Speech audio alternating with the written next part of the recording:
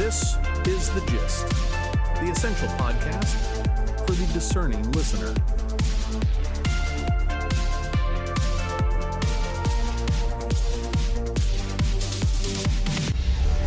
Welcome to The Gist. It is Saturday, July 18th, 2026. I'm John. And I'm Mary. We are your smart friends on the go. Let's get right to the news. We begin with the Gist view. There is a massive shift happening in how the US military buys technology. SpaceX is in advanced talks to sell billions of dollars in artificial intelligence computing power to the Pentagon. Right. The Department of Defense is basically admitting defeat here. Their old way of buying things is just too slow. Look at the military's traditional cloud framework. It took 5 years of corporate lawsuits just to get off the ground. Now, they are forced to rent hardware from SpaceX. This is a classic shift in power. Governments simply cannot match the speed of private money. So they turn to huge private conglomerates for their most critical infrastructure. Elon Musk wins big here. He is building what you could call a private nation-state toolkit. He has the rocket launches, the satellite internet, and now the base artificial intelligence computing power. Exactly. Washington just rents the tools, and that gives Musk absolute leverage. But there is a massive catch. We are putting critical national defense computing in the hands of one company, a company controlled by one executive. It is the ultimate single point of failure. But the Pentagon clearly did the math. Waiting another 5 years simply costs more than the risk. Moving to the global overview, let's talk about Brazil, tariffs, and a glaring double standard. Right. US President Trump just finalised 25% tariffs on Brazilian goods. They kick in on Monday, July 22nd. This move targets a system called Pix. Pix is Brazil's instant payment network. It is run by their central bank and it is totally free for users. It is incredibly popular. Over 70 million Brazilians have joined since 2020. But US officials say it is unfair. They claim it hurts American credit card networks like Visa.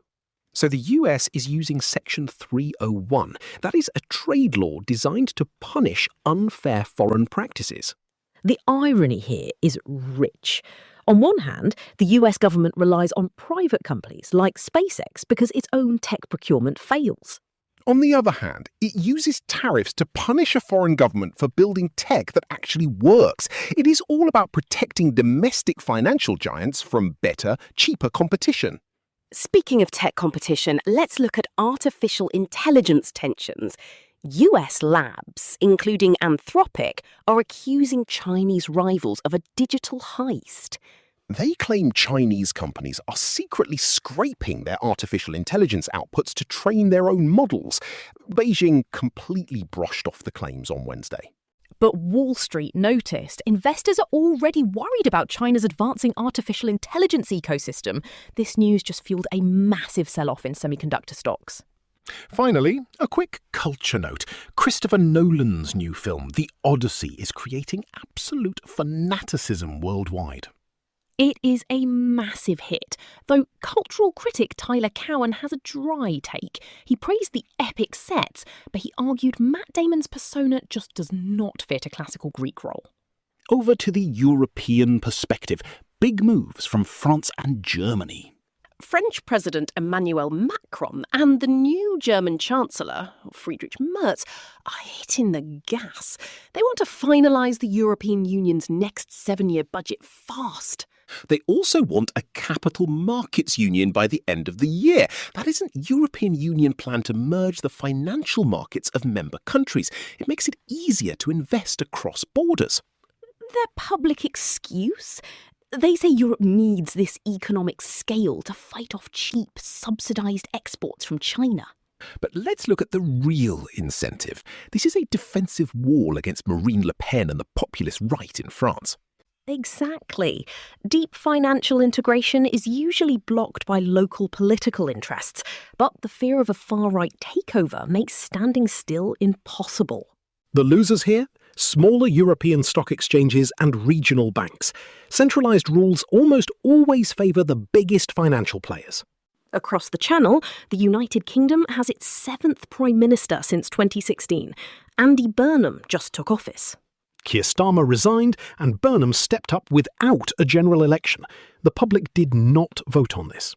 It shows how internal party power grabs now trump public mandates. Burnham faces over 80 angry Labour members of Parliament who forced this transition.